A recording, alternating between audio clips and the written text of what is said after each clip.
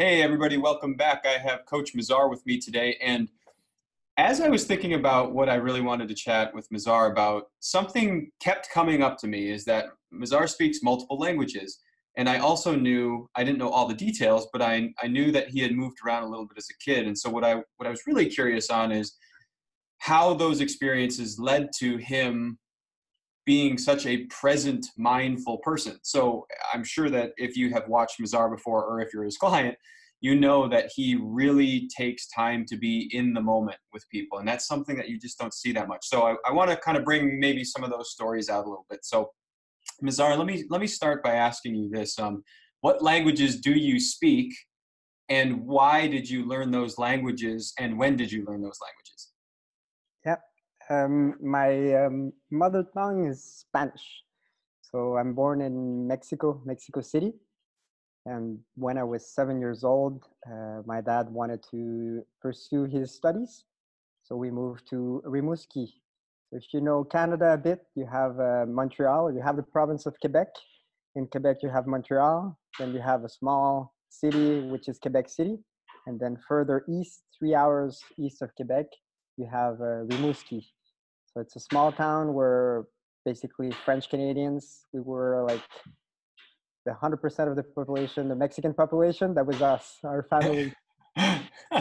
So So what really quickly, what studies did your dad want to pursue? my dad is an oceanographer. Hmm. So he wanted to do a PhD in oceanography. And basically he started his studies when he already had one kid. And then as he went on with his master's, that's when I was born. And later on came my younger brother. And as he finished that, Mexico is different from Canada, from the States in the sense of the opportunities. It's not only about the papers that you have or the studies that you have, it's also the connections that you have. When we talk about lifestyle, when we talk about um, quality of life, not being worried about being robbed or having enough, your job for the next year or the next month. So those are things that, were in my dad's mind. So he saw many people going overseas and coming back and having better opportunities for themselves. And I think that was his goal initially, to go get some experience overseas and have a high job or high-end job at university. So when we arrived to Rimouski, um, we didn't speak the language. We didn't have any friends. Which was French, right? French, Okay. exactly. Um, because we didn't know the way we arrived there. We arrived with a scholarship. My dad had a scholarship. 50% of the university in Canada gave him, 50% of Mexican university. And with that, we were five people living on a student scholarship. So every year we were moving around. We changed basically 10 years in a row houses. So, when we talk about what is home, what is our definition of home? What is your definition of safe space? Um, just communicating with people, getting these ideas through. Those were many things that basically shake your tree.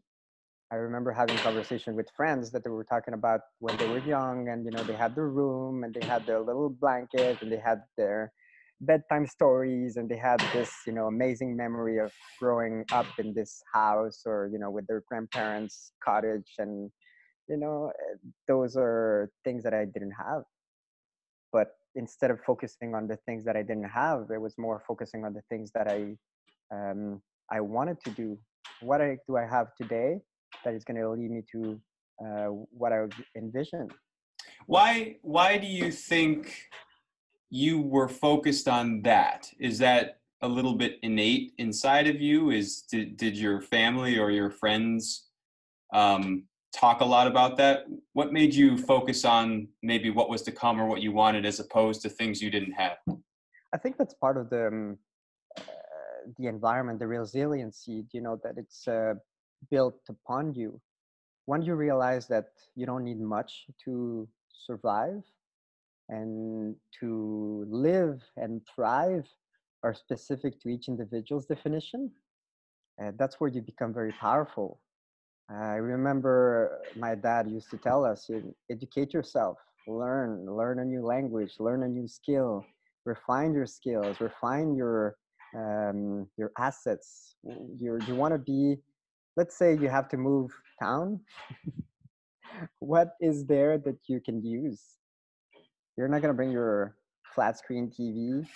You're not going to bring your couch. And if that's what you need to be secure, what happens when you don't have it anymore? And those were things that were coming back over and over and over, right? And we could not have a specific, room, because the next year we were going to move to another house, because we were not sure if my dad was going to be able to pursue his studies because of the scholarship. If he didn't have a scholarship, were we going to be able to live in this country, right? And that's part of the work ethic, right? So is it at least partially safe to say that you and your family highly value yourselves and your skills because that is under your control, whereas many other things might not be under your control? So why put so much stress into those other things? Yes, it's bigger than that.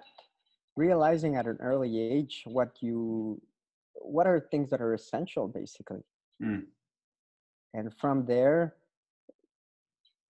you can expand. Hmm. Would you like to have a Ferrari in your backyard? Why not five? Yeah. So take me to how old were you? So 10 years. Are we talking you're now 17? Yeah, Okay. And had you learned English at that point or not yet? we had English classes in school, but that's where you throw paper at your neighbor. You're like Yeah. being yeah. My first question when I went into an English speaking area was, who is the bathroom? I wanted to go to the bathroom, and I was like, who's the bathroom? And everybody was like, hee, hee, hee. And I couldn't understand why they were laughing, right? So Interesting. things like that was I able to communicate when I ordered food at the McDonald's was two number two please, and that was it. That was my knowledge of English. And when my dad finished his studies, that's where I remember sitting down with him, and the whole family was there, and we were speaking about where where do we see ourselves? Do we want to stay in Canada, or we want to go back to Mexico? And the opportunities that we have, which is I had just finished high school. At that time, I won the Quebec Championship in gymnastics. I was Athlete of the Year. I was invited to be part of the Canadian team for gymnastics. I was also accepted at the different. Actually, we were moving to Halifax because my dad found work there. Halifax is in Nova Scotia, even further away from Quebec. And at that point, that's where we saw all the opportunities that were there.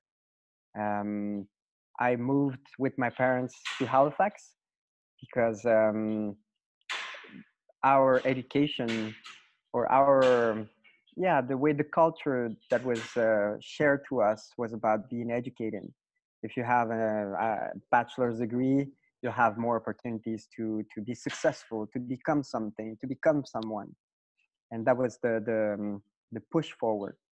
So when we moved to Halifax, so basically in Quebec, the way it works, you finish high school, you have secondaire 5, that's I guess level 5 in high school. And then from there, you go to cégep, that's the equivalent of grade 11, grade 12.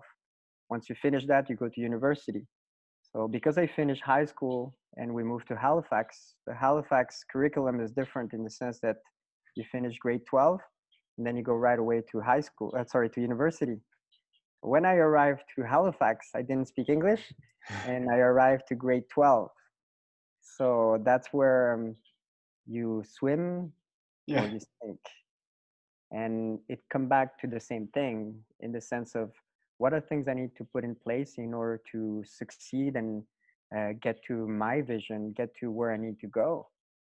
And there's no 10 ways of going at it. You need to sit down, you need to practice, you need to interact, you need to make mistakes, you need to be vulnerable, you need to cry, you need to laugh, you need to see the progress that you're seeing, and you need to commit yourself to that. Accepting your fate is one thing, and changing it's something else. So when you start to put together these experiences, what you learn from your father and your family, what you learn from the difficulties of not knowing language or potentially being made fun of it, when you put athletics into the mix, um, what helped you make that transition into coaching? Like, what was it that interested you about coaching so much? To be honest, I started coaching when I was 14. Okay. When I was 14 years old, I started coaching. I started training gymnastics when I was 7 years old. And by that time, I was already old. I would see kids doing, 3 times more than what I used to do. But to me, that was the, the, the thirst of understanding. How can I improve? How can I not necessarily fast track my progression, making sure I have the foundation and doing the proper steps to be the best that I could be, right? Mhm. With my limitations, I didn't have a scholarship or, all the coaches at the elite level and the nutritionist and the masotherapist. But despite of that, what are principles that I can apply on myself and grow? And as I was doing that on myself, I enjoyed seeing other individuals.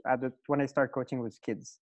So the youngest was 3 years old that I started coaching up to 16. And my amazement was seeing them at the beginning and for I would show them a handstand or giants or whatever movement on gymnastics, and they would be amazed. Their eyes would be like, "And you want me to do that?"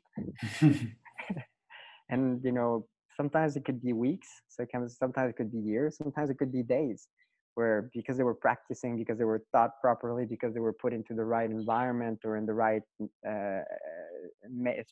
mind space, they were confident to try and they felt comfortable to try.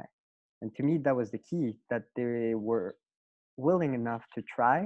And most of the time, because they were that step by step preparation, they would succeed. So now it was one success, and now it would lead to another one, and then to another one. And when you look back, these kids became so confident about who they were and who they are. And that was huge to me. How can, with action or with movement, you could change not only the physical aspect, but also something deeper in there? Because now they were questioning about, what do I eat? What do I drink? How many times should I stretch? And it went beyond that, right? You don't need to have that extra protein shake when you're beginning, or that extra shoelace and the Nike gold leaf pump twice to be able to jump higher. What are you putting in place to get there? And that's where, for me, the coaching and the training kind of merge in the knowledge, and applying the knowledge and trying are completely different things. I hate it when people are too theoretical and they talk about this science or that principle, and they've never tried. Mm-hmm. Right? Like keto, like intermittent fasting, like vegan, like strength protocol, like even CrossFit or whatever. The what's Mike Tyson used to say: we all have a plan until you get punched in the face. Right? Have you done intermittent fasting? Do you know when you don't have enough sugars, or right, there's a transition time, you feel like shit, or the Nira cleanse? Yeah. Those, So those if you were to try to couple, these experiences that you learned as a kid, as an athlete, as a young coach of athletes, into university, still coaching, still competing, changing sports, coaching more people, what would you say are, you know, one or two of the most important lessons that you continue to take and explain and help your clients implement? What are the most important couple pieces that just seem to keep coming back up as you age? patience and perseverance. Mm. Those would be the main ones, because we think that things are going to happen just because you put your mind into it, and right away you're going to get results. That's not true. That's a lie. But we need to, um, how many changes you're making that are sustainable, uh, that are in harmony with your lifestyle, with your way of thinking. We talk often about making sacrifices, where it's more choice to me. Mm. I'm not making a sacrifice, not going to a party. It's a choice, because the next day I want to be, in good shape, for me to do martial arts, in order to lift weights, in order to train, in order to go for a walk, in order for so many things that you could do instead of going to a party, right? That's one. Mm. Um, Perseverance. Sometimes we're working so hard on some things and we don't get results. Why we're not getting results? And that's where we need to be honest with ourselves. And that's part of the growing up. If you think of when I was a kid, we didn't have all the um, resources in a way, because you would see kids would have help with, their masotherapist, or they would hire like an extra coach for this or an extra coach for that, or a tutor for French class. And not that I didn't have any help. Yes, had a good, I guess, family, and the fact that we were in Rimouski was a small village, and they say it takes a village to raise a kid. That couldn't be more true than that. The support that you have around you, people that are there to assist you, even though they don't believe in necessarily your values or your vision, Mm-hmm. but still stay with people that believe in you, and those are important things. And asking for help, Oh not being man, those are such great points. I love the term that you put in there too, of harmony. I think that that's a word, when used effectively, is such a powerful thing for people to kind of internalize and feel. I think that the word is maybe misused in certain capacities, but I think you used it perfectly. But Mizar, let's hold it off there. I really appreciate you coming on. I feel like I get to know you better every time, which is just a pleasure. So thanks for joining us today. You're welcome. Cool. All right, guys. Thanks so much. We'll see you next time.